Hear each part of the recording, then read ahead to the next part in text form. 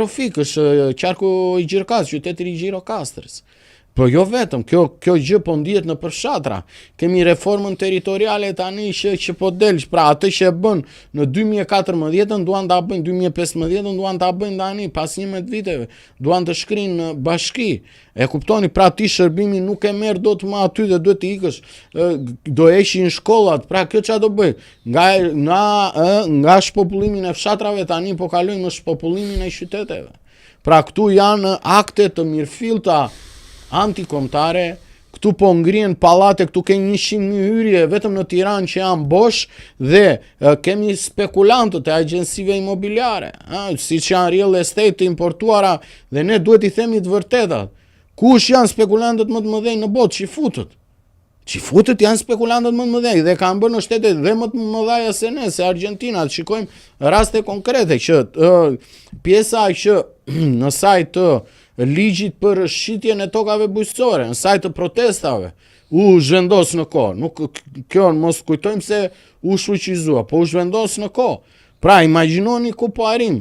Zëneci, Sazani, pra, të marrësh dhe të japësh të vetmin ishull, mbaj mend dikush e kishte shkruar, më duket në qoftë se nuk gabohem, Ferdinand Dervishi që kishte thënë Kroacia ka 1.000 ishuj dhe Greqia dhe e mbrojnë sikur është 1, kurse ne kemi 1 dhe trajtojmë sikur me pas 1.000.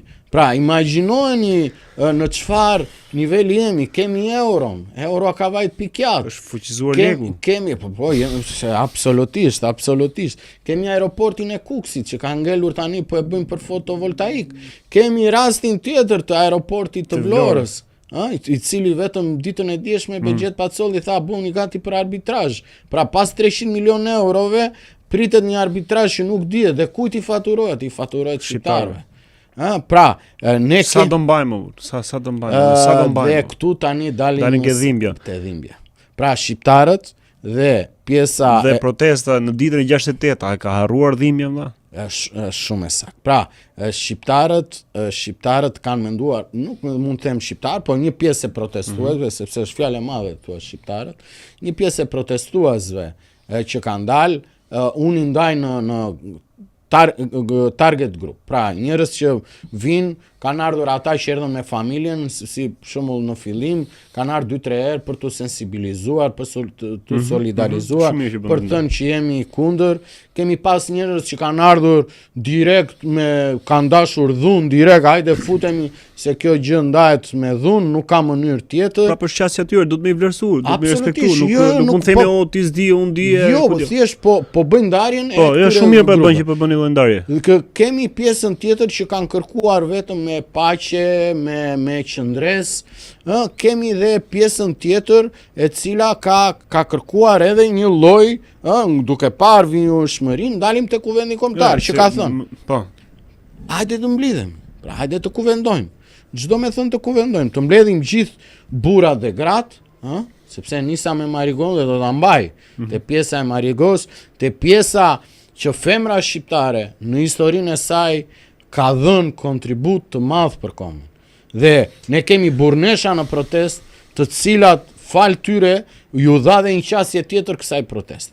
Thën kjo burra dhe burnesha, sepse unë dua t'i quaj burnesha në momentin që marrin përsipër për të marrë në kuriz, në shpatulla fatet e kombit. Dhe ky kuvend kombëtar, qytetar, mund të bëj që prej aty të arrim dhe të mbledhim mbas edhe disa njerëz skeptik që kanë qenë aty dhe që nuk ndjehen përfaqësuar ose nuk ndjehen që kjo lloj mënyre e të vazhduarit nuk është mënyra e duhur. Pra, të ulemi të gjithë, siç jemi ne këtu 30, të bëhemi 200, 500, 1000 çën si ka. Mbase nuk do zgjidhet në një ditë. Bëjmë etapa, 1 ditë, 2 ditë, 3 ditë. Por të ulemi, të flasim. Diaspora është pjesë përbërëse jona. Unë kam qenë 11 vite në Mërgim. Kur kam qenë në Mërgim, qaja, dita kur vendosa të kthesha.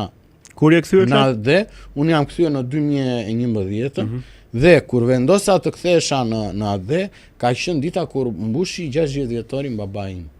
Unë isha në Mërgim, i mbaj mend si tani, ishte momenti sa kishim filluar me videokolle, ishte në mënyra primitive videokolle, po kishte filluar dhe isha në Hollandë në atë moment dhe mbaj mend dhe kam qarme nga shërim. Dhe thash, qa jetë është kjo?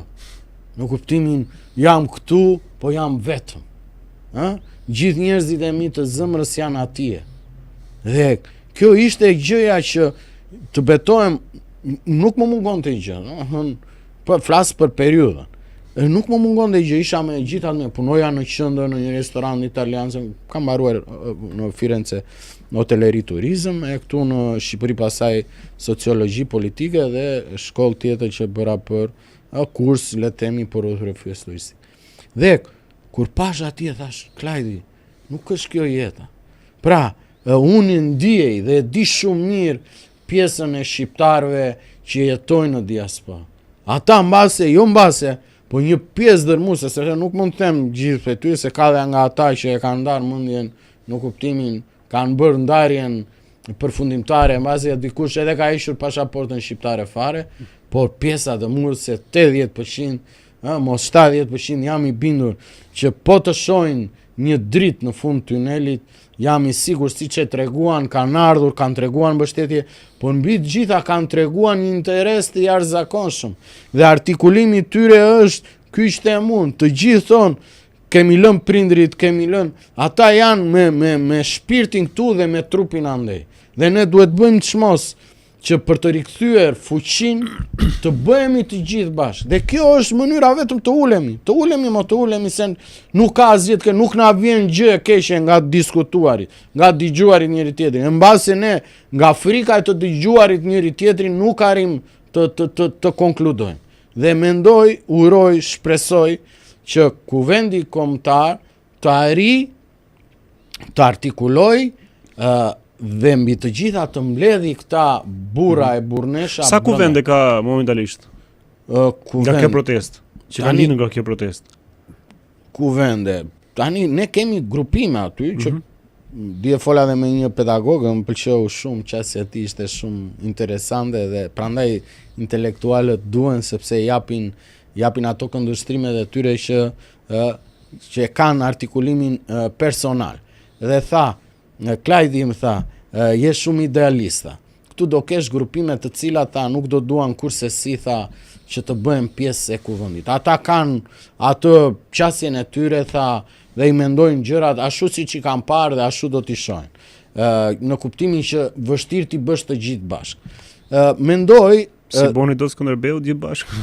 Gjithë bëjmë ne sot. Skënderbeu bëri princat. Bëri, okay, patjetër, po edhe ai e tha, amaneti i është kur bëhemi ne bashkë me thuprat që dha si shembull që jo, po doja të dilja këtu. Vetëm gjithë domethënë është shumë vështirë. Ajo e kënaq më shumë ata që janë kundër nesh dhe kundër Shqipërisë.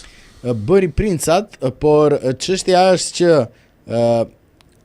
kjo është një punë titanike. Çdo me thënë. Thash këto gjëra janë të mbrojtura në mendjen e shqiptarëve. Pra, ne gjatë gjithë kësaj periudhe janë përpjekur të na mbajnë të ndarë. Jug, veri, musliman, katolik, i djathtë, i majt, duke harruar pjesën më të rëndësishme, feja e shqiptarit është shqiptaria. Çdo me thënë. Shqiptarët duke qenë se u sakatuan për tu përçar në kuptimin fetar, krajinor, këtë na i kanë bërë armisht, pushtuesit, i kanë fryrë gjithmonë ndasive, sepse kjo ishte mënyra e vetme. Edhe sot po i frym prapë. Shumë e saktë. E këtu doja të dilja. Pra të dëgjosh ende sot artikulim jug-veri është e dhimbshëm. Dhe ta dëgjosh nga të rinj, sepse hajde unë e kuptoj. Pra këtu janë këtu po thoja. Pra dalim gjithmonë tek zimi kombëtar, dalim gjithmonë tek strategjitë patriotike të cilat brujten në shkollë, në fillore, tek ai himni kombëtar që thosha që duhet kënduar. Pra ti ku shikon flamurin kombëtar, ti shikon bashkim, shikon historinë, shikon gjithë luftën për të mbrojtur territorin, për të arritur pavarësinë. Ne jemi shteti vetëm në botë që jemi të rrethuar nga armiqt. Nga njerëzit tanë që na kanë thyer, po nga tokat tona, nga trojet tona, nga njerëzit tanë. Pra ti ke 40-45% shqiptar në Maqedoni, ke Dardanin, nuk e di po e pe, vetëm 2 ditë më para në Maltëzi një vajzë shqiptare kishte valvitur flamurin Gjimalizi ka qenë përqindje më të lartë ka pas shqiptarë. Dhe e morën e thirrën, pra e thirrën dhe i vun një gjop. Ajo tha unë thjesht nxora këtë flamur sepse e ndi festën time. Pra ku dua të dal? Dua të dal dhe te pjesë. Na hapin tema të tjera, ne s'ta kanë lënë Tiranë, vetë shteti jon, kur luani me Serbinë, dilnin shqiptarët në rrugët për të manifestuar për ndeshjen, për kombëtaren me flamuj kuqezit, vitet policia thashë ose unë vetë kam qenë DJ një nga këto lokale aty ku qëndronte afër këtij hotelit ku ishte vendosur kombëtarja serbe. Pse kishin flamurin për të parë ndeshjen, ishin vendosur flamurin, ka policia na e kanë heq, e kemi heq flamurin. Jo na e kanë heq me zor, ndryshe. Pra janë gjitha element të këtij lloji pushtimi të brendshëm nga këta njerëz, që ne sot jemi ngritur kundër tyre. Dhe për të thënë diçka e cila në